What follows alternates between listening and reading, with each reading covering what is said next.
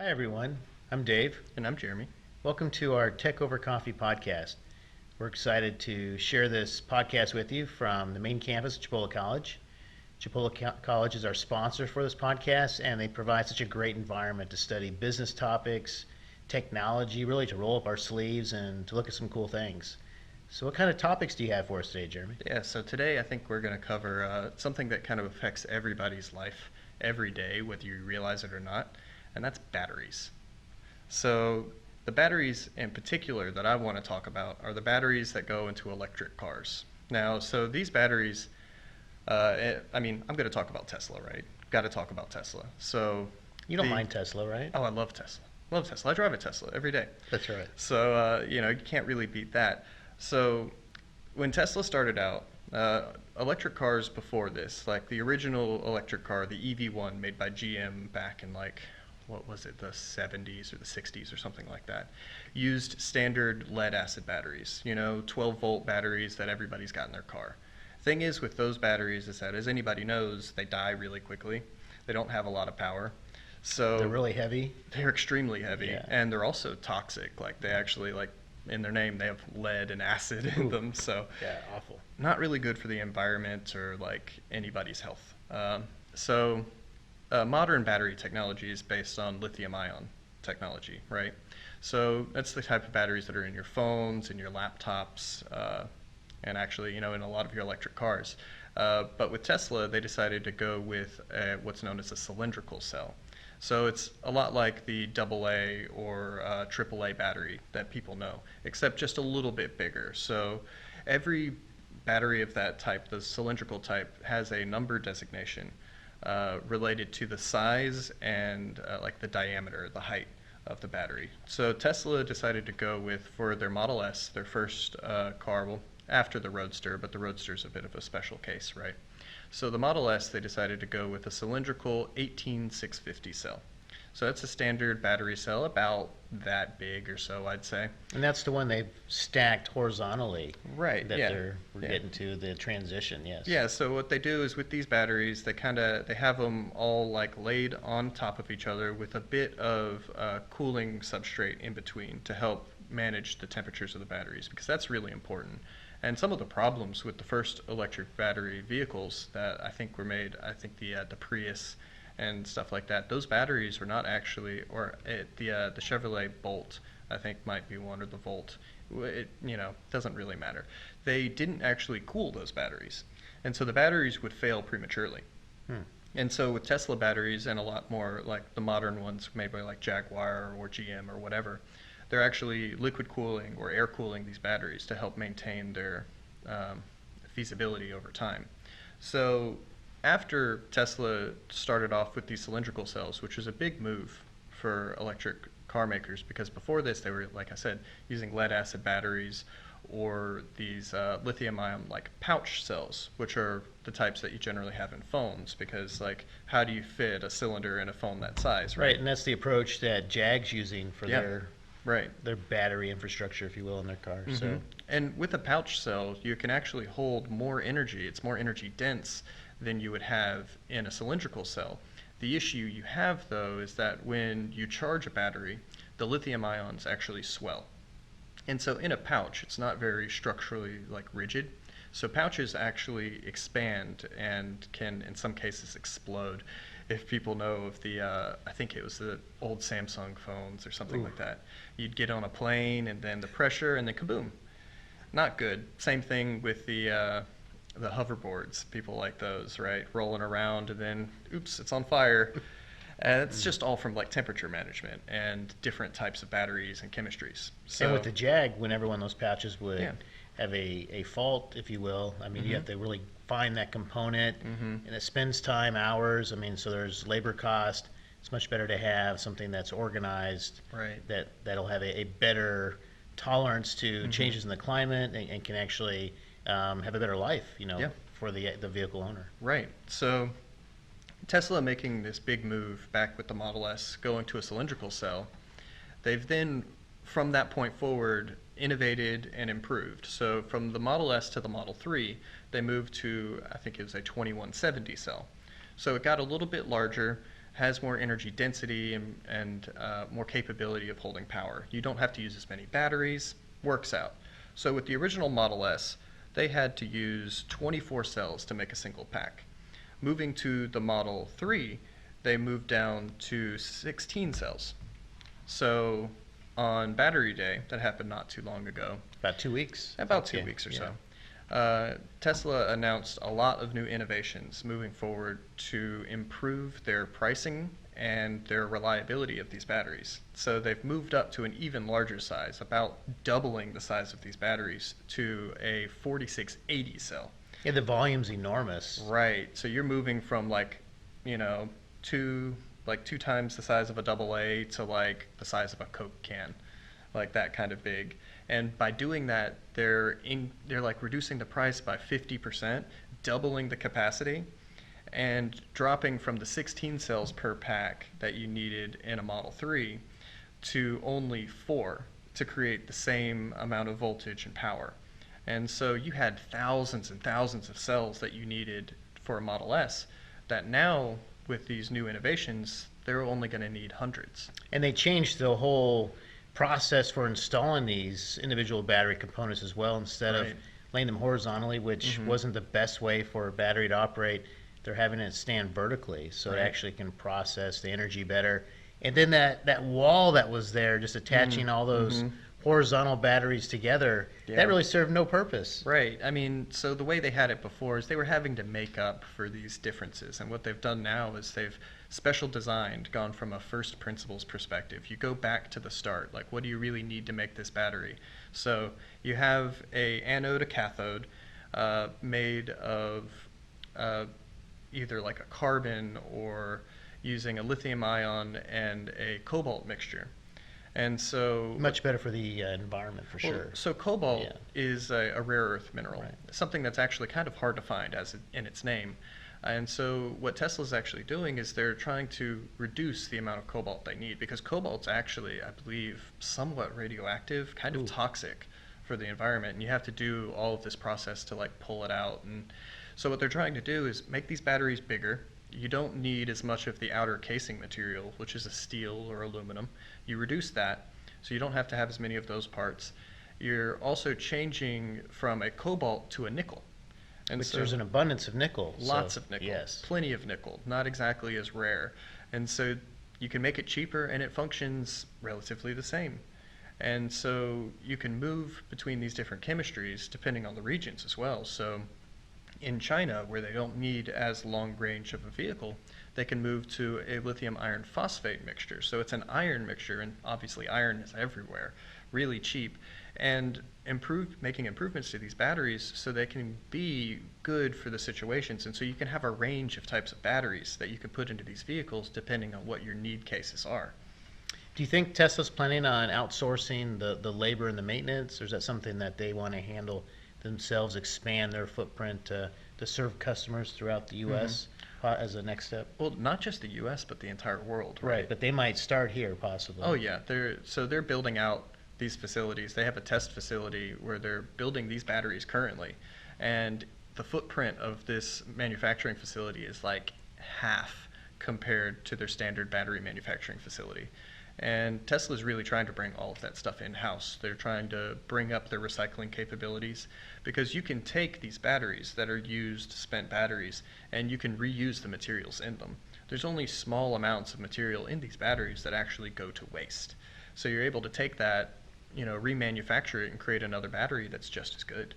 And for these lessons learned, and not to get off the Battery Day releases and this important concept, important release for consumers, they can take this technology and really integrate it into SpaceX, into some more serious travel of energy, that's not going to be in abundance. They'll actually have to find ways to go farther with less. And so solving that now in automobiles is a great way to practice.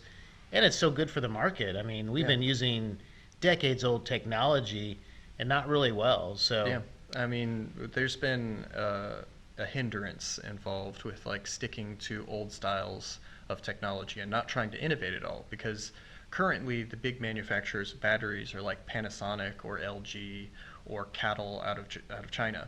So you have these large battery manufacturers that really aren't going to try to improve, because what they're doing is they're producing these 18650s by the billions or whatever, and there's a large market for them in cell phones and other types of cars. Actually, I think only Tesla might be using cylindrical cells. Most other manufacturers are using these pouch style cells. And so if you're moving to these larger, more energy dense cylindrical cells, they're actually matching the density of the pouch cells. So you can get away from a lot of these negatives with these new innovations. But old companies not really interested in doing that, right? And it's great what these innovations can do, because it is necessary to have energy storage and backup. It's a lot of these issues that we have for renewable energies, is how do you, take these power sources that are only available at certain parts of the day and make it available at night or times when the wind isn't blowing. You need batteries. That's right. And they're doing more than just having this improvement with battery placement, type of battery cell. We talked about Jaguar before, that they have the same type of design for the footprint of their battery infrastructure components within their vehicle. It looks very similar, but they have that pouch component like we discussed. Right. So competition's a great driver in the marketplace, and Elon Musk, he must see that early, because he seems to look past the initial stage of competition and see what maybe an area that others will be competing in 3 to 5 years. Right. So he has that in place, and then he has that wall like we talked about. Now is a better conductor to keep these new cells cooler. Right. So what a great idea to use the space in that footprint of the vehicle, so it can operate better. Well, it's the innovations that they've made and the changes that they've done in these batteries, because the standard battery has 2 tabs. You've got a negative and a positive on both ends. But what they've done is they've actually tried to move the batteries from a tabbed design to what they call a tabless design. So you take these, they call it like a jelly roll, right? So you have I believe the anode, or is it the cathode? Either way, you have this central post that is in the center of the battery, and you take the lithium ion substrate, and they perform what's like a jelly roll kind of thing, where it's this rolled out, like many meters long, rolled into this small area. And what they've done is, instead of having a single tab where all of the energy has to flow through the entire battery to get out, you actually make multiple places for it to come out. So it's kind of funny that they call it tabless, when really it's a mini tab design. It's so many tabs that they all turn into one. But by doing that, you have all of the energy passing through these different points, and the actual heat comes out at the bottom of the battery. Where before they were cooling it from the sides, which is kind of suboptimal, now they're able to take it, lay it all out flat at the base of the vehicle, and create this full, like, structural piece of the car. This full battery pack that they kind of epoxy together, and sort of all of the heat goes to the bottom and is like worked out in a natural sort of flow, and it becomes a safer, more reliable vehicle because of it. Yeah, I was impressed with that, most certainly, but also with the amount of metal that's needed in making the battery, the casing, if you will, that the technology to increase the volume significantly doesn't lead to a lot of extra casing, Right. which is brilliant. Yeah, it cuts To increase the casing. volume and keep the casing similar. Yeah, you think about it like this, it's just a wrapper on the outside. So if you just make the central portion larger, you need less outer wrappings, because it's taking up as much space as a few of them, rather than, you just put it all in one and it works out a lot better. It's really cool. So on the Battery Day release, we talked about how they've changed the battery, laying it horizontally, now vertically, changing the volume of the battery, the components. They said they should have this out in about 3 years, right? And knowing Elon Musk, he'll hit way earlier than that. Hitting a little bit of Elon time there, I think. I mean, for the early days of Tesla, you did have to kind of worry about how long is this going to happen? Are there going to be delays? But at this point, they've really built out their production, and I think they're trying to kind of cool some temperaments out there. Say, yeah, it might take 3 years, but let it come out in 2, and that could really impress people. And the thing is that they have these batteries ready to go. And these batteries are in prototypes currently. So they're being put into the Tesla semis and into the Cybertrucks, I believe. And the big key with these batteries is that they actually increase the voltage significantly. And that allows more power to come in and more power to go out. And that's how you can create these really large batteries for a semi. and allow it to recharge in such a fast period of time. And that's been an issue with these smaller batteries or pouch style batteries, where the voltage levels aren't the same. And so you can't have as much power come in as quickly because you might damage the battery. But these larger batteries, you don't have that same worry. They can deal with the heat better, they can take the voltage longer and in a better way. So just all around creates a more efficient vehicle. And from the standpoint of materials and everything else, it's just like a smarter move. But nobody really thought about, well, just make the battery bigger. Because it's not just that easy, right? Oh, keeping the same footprint or a similar footprint and getting more volume is brilliant. Yeah. So they also had a kind of an afterthought, the release of new die and casting Right. thoughts, And that all kind of plays into it, right? and that really could be have a larger impact on the overall auto industry. They could really revolutionize how cars are manufactured, how many things are manufactured, instead of having to have a die and a cast, if you will, for hundreds of pieces, or if not hundreds of components for a vehicle, to maybe do it in threes and Yeah. eventually into one. Mm-hmm. How amazing would that be? These printers have to be enormous. Yeah, it's kind of impressive if you've not seen one of these things. It's the size of a multi-story building, and it's all just like fast injection, like aluminum or steel or whatever special alloy that they've created. I've mentioned before that the only employee that is crossed between Tesla and SpaceX is the material science guy. The He's- metals guy, the true Iron Man. Yes, the real Iron Man, the guy that's out there creating new alloys of metals that no other auto manufacturer is doing. No one else is going out and creating new elements to put into their vehicles or spaceships, right? And so what they're doing is they're taking these alloys and they figured out, I think from like a cross like research sort of thing, where they need to have an alloy that can function in space and deal with these heats. They've done the same thing and then put it into the cars.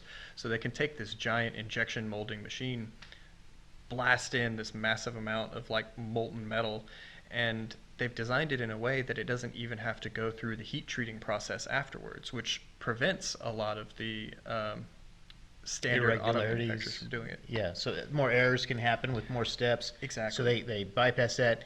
And looking at some of their prototypes, they can actually plan ahead, put in some grooves, some areas for future components, future wiring. So start making these that can be utilized for some considerations that they are not even leveraging yet. So just the capacity for future growth, Right. future service, a future better casting, a better deliverable that can serve many more purposes. Yeah, So because it's just as simple where before you'd have to have dozens of different molds. Now it's all this one piece. It actually can make repairs and building it easier. You're reducing the number of steps, and that's kind of this push towards the automation, where if you have hundreds of different parts that all have to be bolted or welded on in specific places, it's a lot easier if you have 2 or 3 pieces that all have these structural pieces already put in. You can have wiring being placed or already put in before the part even comes onto the assembly line, and then just slap it all together like it's a Lego piece or something. it could change, these aftermarket specialties, body shops. Yeah. So, boy, it's going to have a reaching effect to be able to have die and cast molds, maybe for an auto that are down to just 3 instead of hundreds. And Yeah. that we saw that one researcher talking about maybe just one someday. Can you imagine? I mean, it's a capability. It's just if you've ever seen a die-cast like car model, like a Hot Wheels or something like that, right? It is the same way. It's just small, so scale it up. And I guess that's kind of a lot of this Battery Day stuff is just scaling up. So we talk about the technology. We also have the business environment.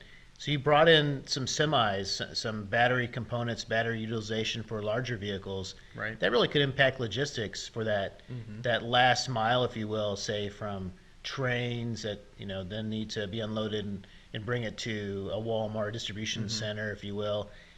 So to have these semis that could move this cargo and not need to rely on gas or some kind of fuel, diesel fuel. Diesel, yeah. These batteries could really change that as well.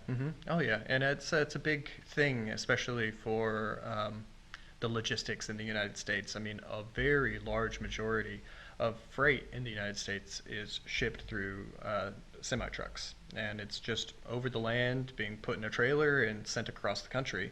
If you can reduce the amount of emissions from that and have a vehicle that is actually long range enough and powerful enough to pull that much weight, and they can accomplish this through these specialized batteries. You have the power and capability to move these trucks with these 50,000, 40,000 pounds across, hundreds of miles, and be able to hit a supercharger and charge it up in an hour and keep going. And that actually, oddly enough, correlates really closely to the current hours of service, where drivers do have to take breaks, and that can fit right in with charging up a vehicle. So the logistics process of the transportation of semis really could reduce the amount of overhead needed, so it could save the drivers money, save those Saves that the manage companies money. Yeah, and Big overall the companies, those who possibly own stock in these firms. Well, I mean, if we're talking about electric vehicles, the amount of maintenance that's required to keep an electric vehicle going is significantly less than your standard diesel engine. I mean, you have filters, you have oil changes, you have plugs and gaskets and all of these different things that could go wrong. You have rods and all sorts of stuff. You don't have to worry about that with an electric vehicle. There's no fluids, there's no oil changes, there's nothing weird that you have to do with it, and it just kind of goes. And these batteries, they're hoping with the cycle life that is available on them and the amount of capacity that they have, they're expecting them to last 1 million miles. Wow. And that's right in range for a diesel truck for an engine rebuild. They generally run about 1 million miles. Time to rebuild that engine and put another 1 million more. So it could go hand in hand with the process in place now for drivers. Yeah. So work well for their fits break right in. time and for their maintenance schedules. Mm-hmm. And then another business play could be the resources. So I haven't studied nickel, but that's interesting to think about how it's utilized now and how, as these steps kind of get closer to market, these plans that Elon laid out for, the eventual release of updated vehicles in the Tesla company, how that could impact the larger market and maybe the use of nickel. I mean, there could be some firms out there that are hedging their bets, and that might be something to research. Yeah. I mean, you have to look at the lithium and you have to look at nickel and cobalt, because they're worried about cobalt shortages by 2030 because of the number of batteries and everything that are being produced. And up until this point, cobalt is something that's only needed in a few rare instances in special manufacturing and stuff like that. So to produce millions of vehicles requiring, hundreds and thousands of tons of this stuff, it's kind of hard to go by. So you really do need to look out into that market and find out what else you can get. And a lot of this call on Battery Day was trying to urge manufacturers to go out, produce more of these materials, because it's going to be necessary just for a lot of our renewable future.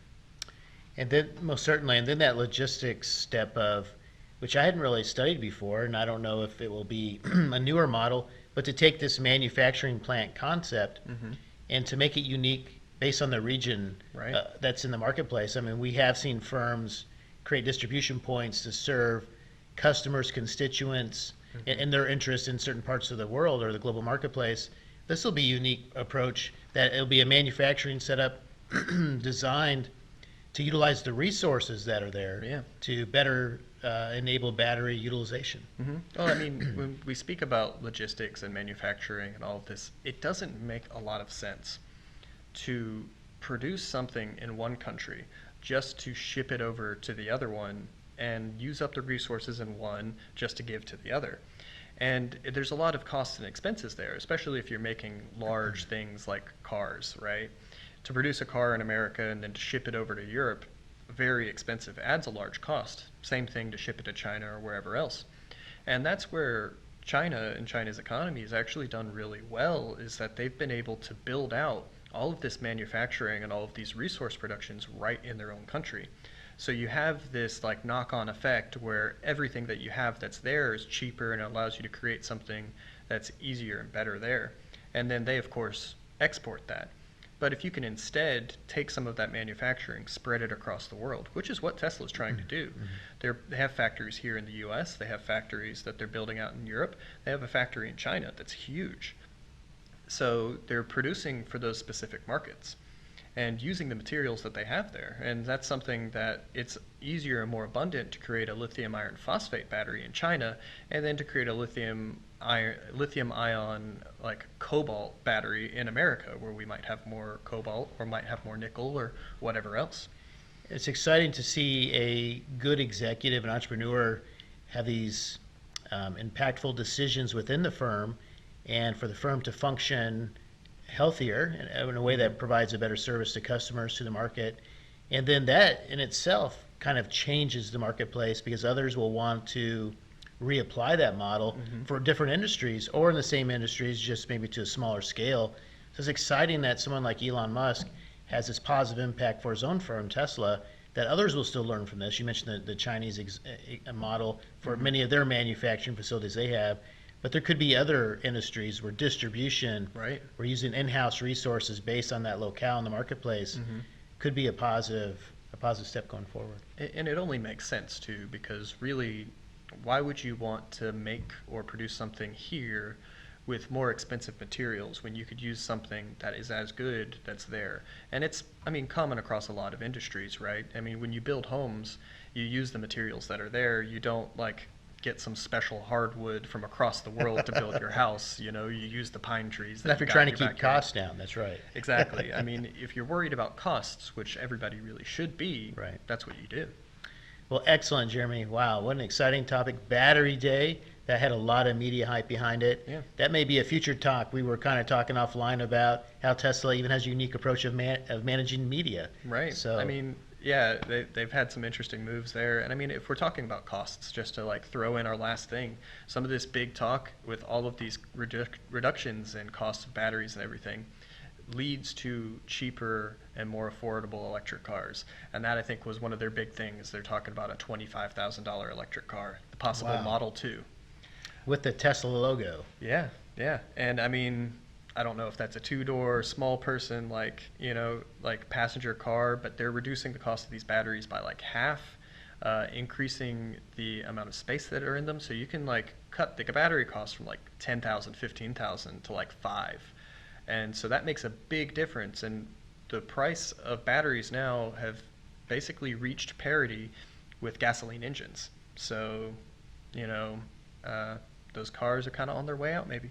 Right, and the new businesses, so maybe more charging stations, Yeah. new grant opportunities, new government backed possibly loan opportunities for small businesses to have these charging stations in place.